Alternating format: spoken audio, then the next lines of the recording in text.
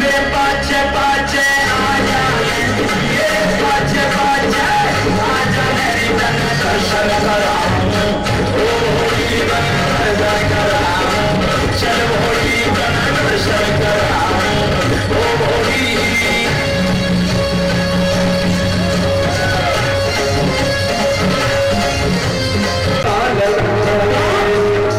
उसी का लगाम खुशी का रहेगा नहीं है तो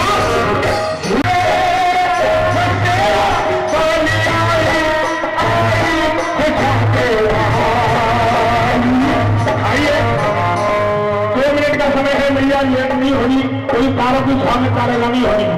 मैया को घर बैठा जगत को चलाने वाली माँ शक्ति है, सभी आए पूजन करें, उसके बाद मौखावल होगी, नाट्य का होता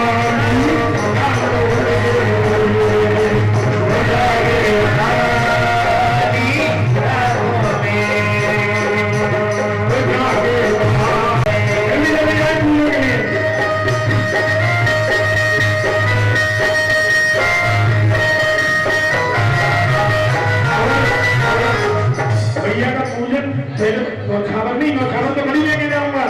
पहले भैया का पूजन करिए, दोनों लोग कर लिया, पैर छूलिए।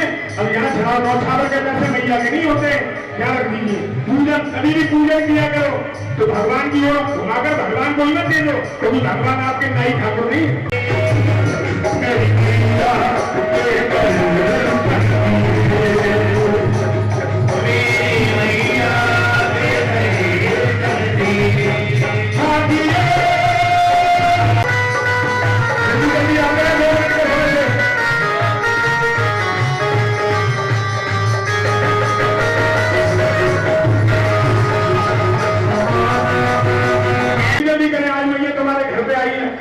जल्दी जल्दी दक्षिणा भी टैक्स ही देते हैं।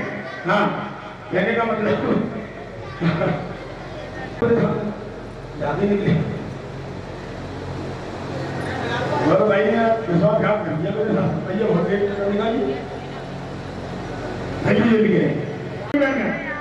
भीड़ नहीं करेंगे तो मैया को गर्मी लगेगी, हवा आने को थोड़ी थोड़ी। हाँ मैया वैसे ही गर्मी का मौसम।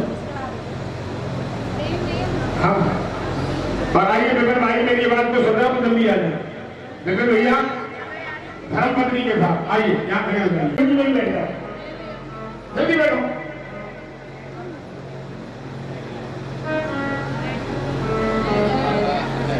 देखो वैष्णो मैया में इतना समय नहीं मिलता, इतना वाली मैया है, तो मेरा निवेदन है एक बड़ी सी मसाला कर दो, ठीक ठाक से।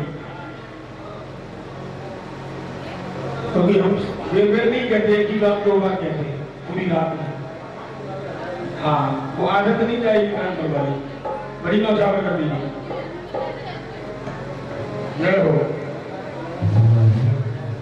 अब सही है, अब वही बैठ जाओ, थोड़ी देर में बुलाएंगे। जल्दी जल्दी करो बहन जी, मैया देखो लाल चूक में बच्चा परेशान हो जाता है, क्योंकि ये माँ का रूप स्वरूप है। मेरा निवेदन है जल्दी जल्दी करते जाए और जल्दी करिए, क्योंकि तारों की छाव में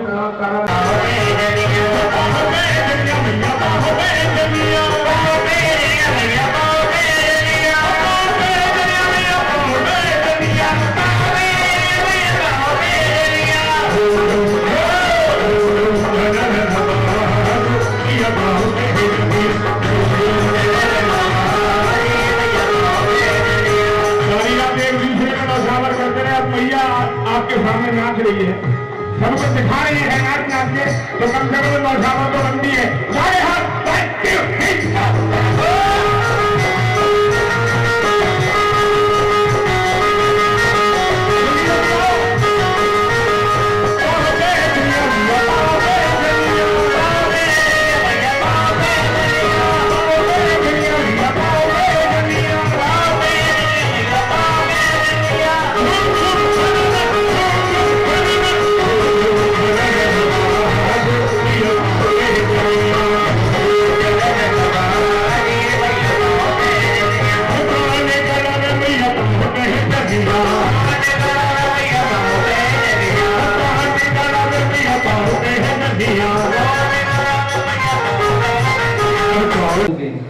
तो रुक्मन जब बाजार गई तो उसने देखा कि चेहरे पर मांस के पकौड़े तले जा रहे हैं। उससे न रहा गया, उसने उस मांस के पकौड़ों का सेवन कर लिया। जब बहन के हिस्से के फल लेकर रुक्मन महल वापस पहुंची तो बड़ी बहन तारा ने देखा कि ये तो मेरे हिस्से के फल है, भला आपके हिस्से के फल कहाँ हैं? तो बड़ी बहन तारा के पूछने पर रुक्मन ने बताया कि बहन बाजार में मांस के पकौड़े तले जा रहे थे, मुझसे न रहा गया, मैंने उनका सेवन कर लिया। तभी क्रोधित होकर रानी तारा ने, बड़ी बहन तारा ने छोटी बहन रुक्मन को शाप दिया और कहा कि आज एकादशी के दिन तुमने मांसाहार किया है, मैं तुम्हें शाप देती हूँ कि सारी जिंदगी कीड़े मकोड़े ही खाओगी। ऐसा सुनकर रुक्मन विलाप करने लगी, रोने लगी और उस श्राप से मुक्ति का उपाय पूछा। तो बड़ी बहन तारा ने बताया कि बहन, यदि परोपकार के लिए आप अपने प्राणों की आहुति दोगी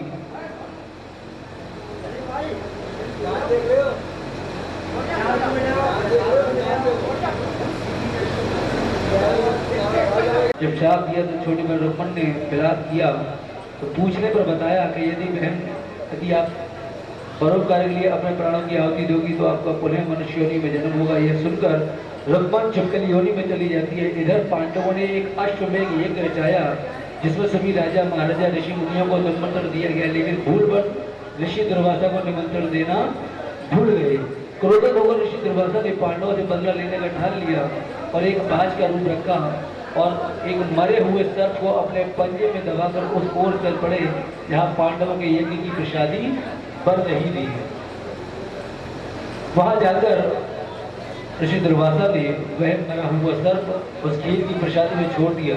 यह दृश्य पिछले जन्म की रुक्मन ने इस जन्म की छिपकली यह दृश्य देख रही थी। उसने सोचा ये विषैली खीर पांडव इत्यादि लोग खाएंगे तो मृत्यु लोग को प्राप्त होंगे, क्यों न मैं अपने प्राणों की आहुति देकर इन सभी के प्राणों की रक्षा कर लूं। रुक्मन ने ऐसा ही किया।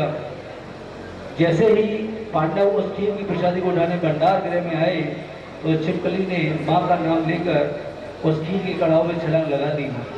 जब पांडवों ने यह देखा कि खीर के कड़ाव में छिपकली गिर गई है तो छिपकली को काफी बुरा भला कहा।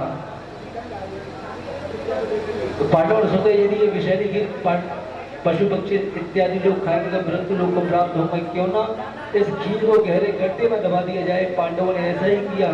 एक गहरा गड्ढा खोदा और उस खीर की प्रसादी को पलटने लगे। जैसे ही अंतिम में मरा हुआ सर्प जब पांडवों ने देखा तो उन्होंने सोचा कि बेवजह हमने उस छिपकली को इतना बुरा भला कहा, उसने तो अपने प्राणों की आहुति देकर हमारे प्राणों की रक्षा की है, अतः हम इसे ये वरदान देते हैं कि इसका अगला जन्म मनुष्य योनि में होगा।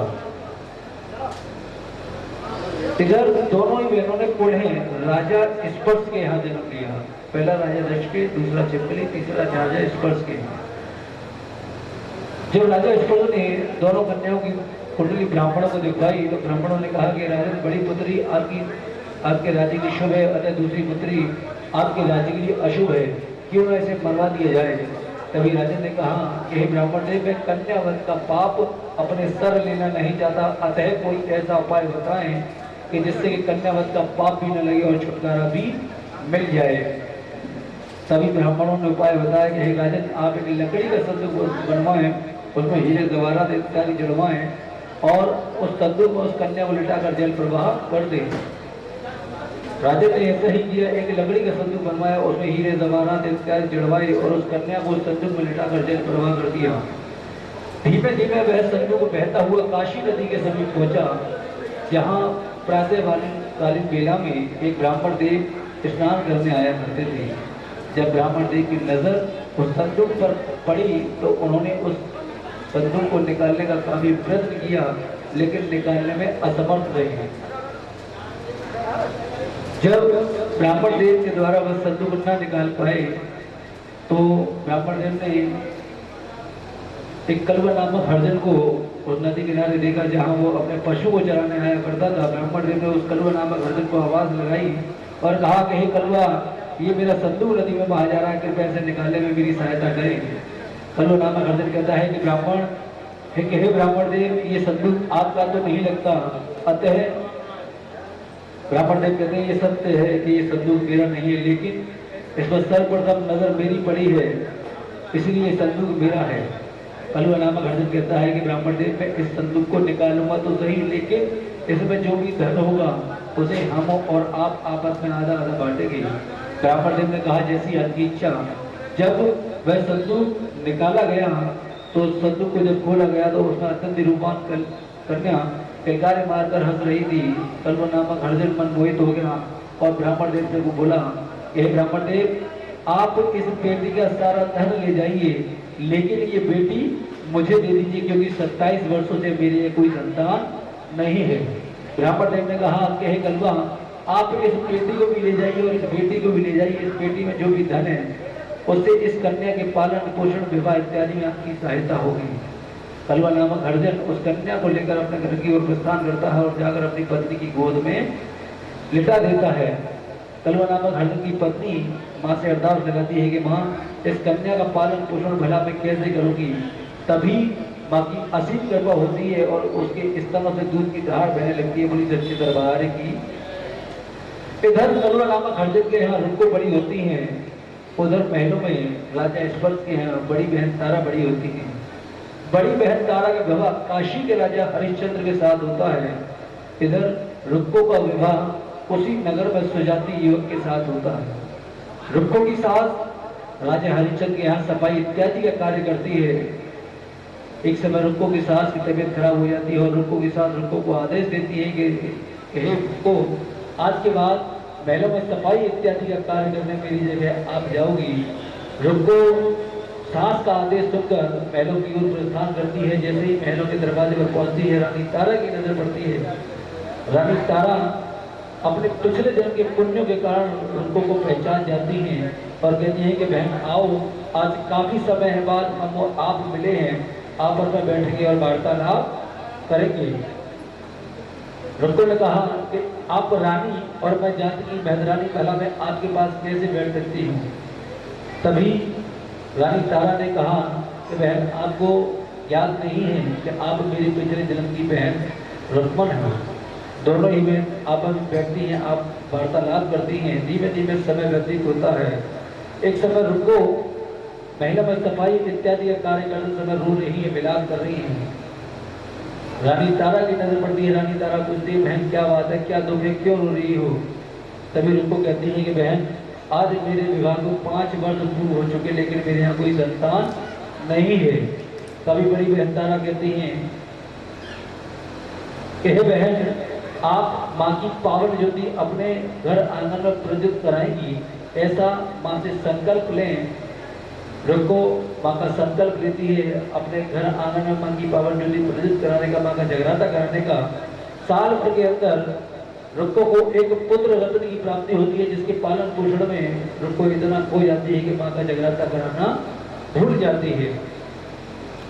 पुत्र बीमार है। तभी रानी तारा कहती है, आपने माँ का जो संकल्प लिया था क्या वो आपने पूर्ण किया। रुक्को कहती है, बहन, मैं पुत्र के पालन पोषण में इतना खो गई कि माँ का जगराता कराना भूल गई, लेकिन मैं जगराता कराऊं तो सही, लेकिन मेरे जगराते में आएगा कौन, क्योंकि मैं एक जाति की मेहदरानी। तभी रानी तारा कहती है कि जाओ नगर में ढिंडोरा पीट दो। रानी तारा रुक्को के यहाँ जगराते में जाएगी। जब ये ढिंडोरा नगर में पीटा जाता है, ये ऐलान किया जाता है, तो राजा का नाई जिसका नाम सैन्य है इस बात को सुन रहा होता है। जब राजा अपनी दाढ़ी बनवाने उस सैन्य नाई के पास जाते हैं तो और महल जाइए, राजा ने ऐसा ही किया, अपने हाथ की उंगली काटी, उस पर नमक लगाए और महल पहुंचे और रानी तारा से बोले, रानी, आज तलवार की धार बनाते समय हमारे हाथ की उंगली कट गई है, हमें निद्रा नहीं आ रही, हम आपके जंगे पर सर रखकर सोना चाहते हैं। रानी राजा का आदेश न टाल सकी और राजा को अपने जंगे पर सर रखकर सुलाने लगती है, लेकिन राजा को नींद नहीं आती। क्यों? क्योंकि उंगली में पीड़ा हो रही है। तभी धीमे धीमे समय व्यतीत होता है। रुक्को के यहाँ जगराते का समय होता है। तभी रानी तारा माँ से अरदास लगाती है, कहती है, माँ, यदि आज मैं आपके जगराते में ना जा पाई तो मेरा नहीं आपके भक्त का मान घटेगा, यदि आपके भक्त का मान घटा तो आपका मान घटेगा। तभी माँ की असीम कृपा होती है, ठंडी ठंडी पवन के हिडोले चलने लगते हैं और राजा को नींद आ जाती है। जैसे ही राजा को नींद आती है, रानी अपना पैर निकालकर रुक्को के घर की ओर प्रस्थान करती हैं, जहाँ मधुर मधुर भेंट भजन लावणी इत्यादि हो रहे हैं। इधर महलों में जैसे ही राजन की आंख खुलती है, राजन रानी को महलों में ढूंढते हैं, लेकिन रानी को महलों में नहीं पाते। तो वे समझ जाते हैं रानी रुक्को के यहाँ जगराते में गई। पीछे पीछे राजन भी रुक्को के घर की ओर प्रस्थान करते हैं, जहाँ उन्हें सुनाई तो दे रहा है लेकिन दिखाई कुछ नहीं दे रहा। क्यों?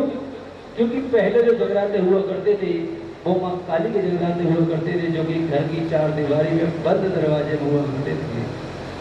तो राजन ने अपनी तलवार निकाली और उस दीवार में एक छेद किया, और छेद के अनुसार राजन देख रहे हैं कि माँ की मधुर मधुर भेंट भजन इत्यादि हुए। जब माँ को भेंट चढ़ाने की बारी आई तो माँ को एक बकरे की भेंट चढ़ाई गई।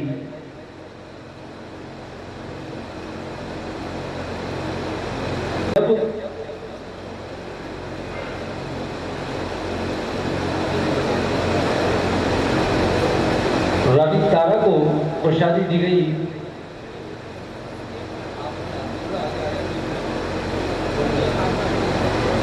माँ को एक बकरे की भेंट चढ़ाई गई। जब रानी तारा ने वह प्रसाद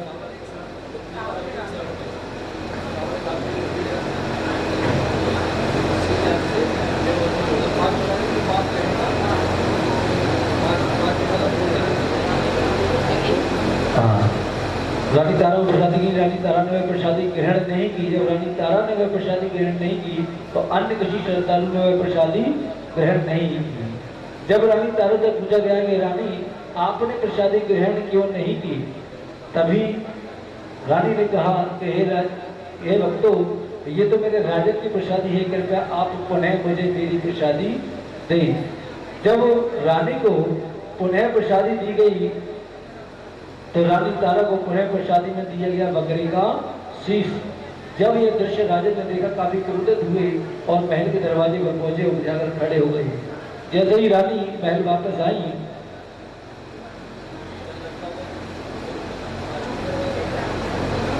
तो राजा ने रास्ता रोक लिया, कहा कि रानी, आज आपने हमारे महलों की मर्यादा भंग कर दी। आपने एक अछूत के यहाँ से वह भी मांस की प्रसादी दी है।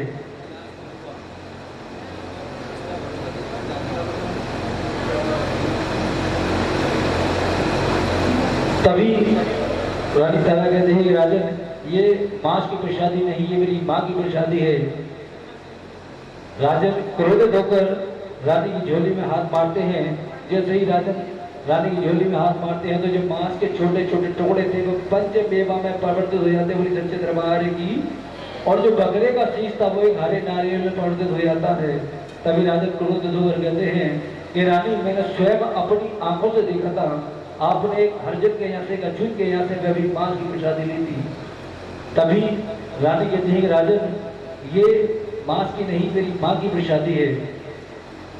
तभी राजन कहते हैं, या तो तू जादूगरनी या तेरी माँ जादूगरनी है। रानी कहती है, राजन, नहीं मैं जादूगरनी, नहीं मेरी माँ जादूगरनी, ये तो मेरी माँ का चमत्कार है, ये तो मेरी माँ का प्रताप है। नहीं होती माँ प्रकट नहीं होती। जल्दी राजन कहते हैं कि रानी, आपकी माँ ने मेरे नीले घोड़े की भेंट ले ली लेकिन माँ प्रकट नहीं हुई, अतः पुनः बताओ मैं किसकी भेंट माँ को चढ़ाऊं जिससे कि माँ प्रकट हो सके और मुझे माँ के साक्षात दर्शन हो सके। तभी रानी तारा कहती है, राजन, आपको जो संसार में अति प्रिय हो उसकी भेंट माँ को चढ़ाए। राजन को अपना नीलम, अपना पुत्र रोहिताक्ष अति प्रिय था। राजन ने अपने पुत्र रोहिताक्ष को आवाज लगाई। पुत्र रोहिताक्ष दौड़ते हुए आए और माँ के दरबार में खड़े हो गए। राजन ने भेंट माँ को चढ़ाई। जब नीले घोड़े और पुत्र के मांस के छोटे छोटे टुकड़े किए गए और उन्हें जब पकाया गया, 500 में हल्के, तभी रानी तारा हड़बड़ाहट में कह जाती है, राजन, एक थाल मेरी माँ का, एक थाल आपका, एक थाल मेरा, और बचे जो 2 थाल वो आपके पुत्र रोहिताक्ष और नीले घोड़े का। तभी क्रोधित होकर झंझलाकर राजन कहते हैं कि माँ, लगता है तेरी बेटी, तेरी दादी, तेरी भक्त आज पागल हो गई है।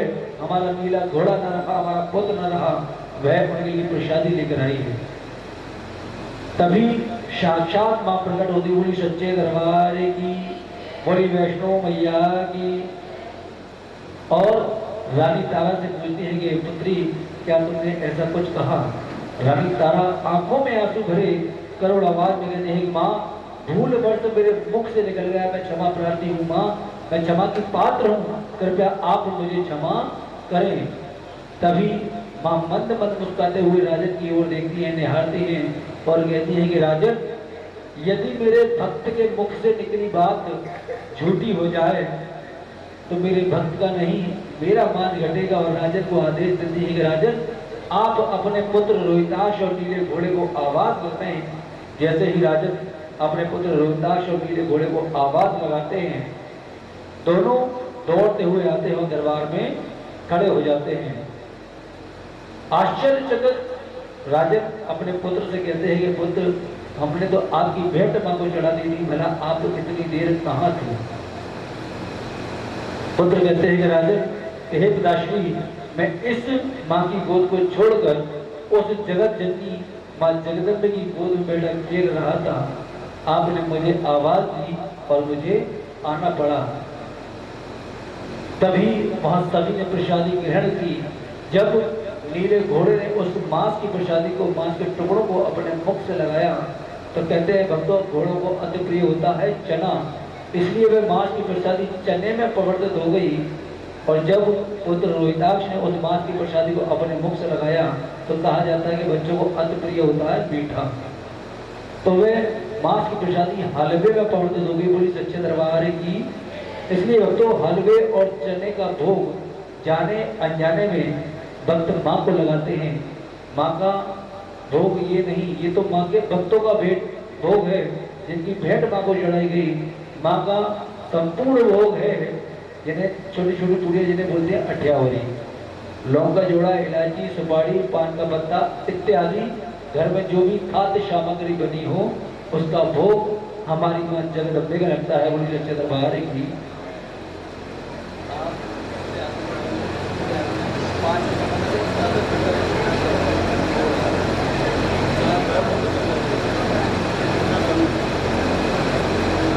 आरती हो मैया, हम सब उतारे तेरी आरती। तेरे भक्त जनों पर मैया भीड़ पड़ी है भारी, मैया भीड़ पड़ी है भारी।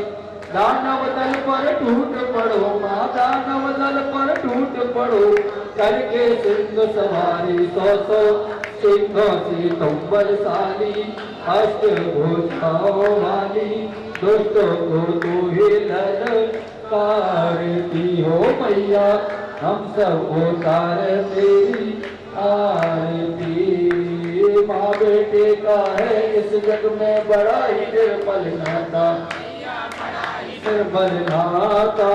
पूत कपूत सुने बहु तेरे, पूत कपूत सुने बहु तेरे, माता न सुनी तो माता सब पे करुणा बरसाने वाली, अमृत बरसाने वाली, दुखियों के दुखड़े में वारती हो मैया, हम सब उतारे तेरी आरती। नहीं मांगते धन और दौलत, ना चांदी ना सोना, ना चांदी ना सोना, हम तो मांगे माँ चरणों में, हम तो मांगे फिर चरणों में, एक छोटा सा कोना सबकी बिगड़ी बनाने वाली, लाज बचाने वाली, सतियों के सत को सवारती हो मैया, हम सब उतारे तेरी आरती। चरण शरण में खड़े तुम्हारे, ते पूजा की थाली मैया, ते पूजा की थाली। वज्र हस्त सर पर रख दो माँ, वज्र हस्त सर पर रख दो माँ, संकट हरने मैया भर दो झोली खाली। अम्बे तुम हो जगदम्बे काली, जय दुर्गे खप्पर वाली, तेरे ही गुण नारे भारती हो मैया हम सब उतारे तेरी आरती। ये छोटा परिवार हमारा इसे बनाए रखना मैया, इसे सजाए रखना। फूली फूली फुलवारी में फूली फूली फुलवारी, फूल खिलाए रखना अम्बे तुम हो जगदम्बे काली। जय दुर्गे खप्पर वाली तेरे ही गुण गावे। भारती हो मैया हम सब उतारे तेरी आरती हो मैया, हम सब उतारे तेरी आरती।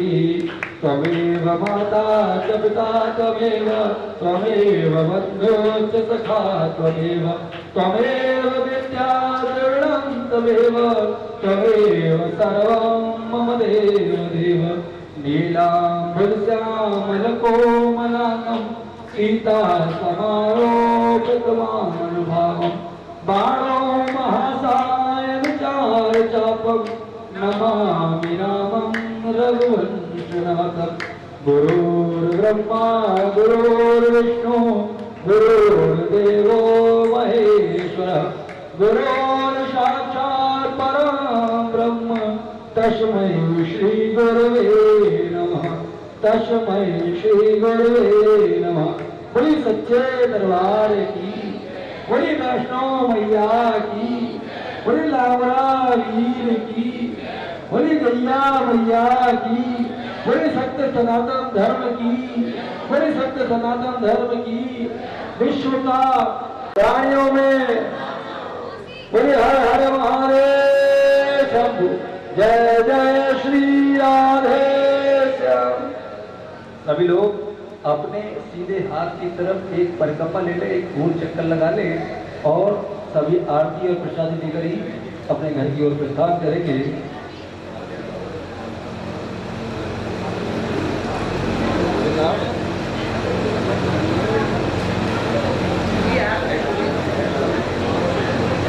और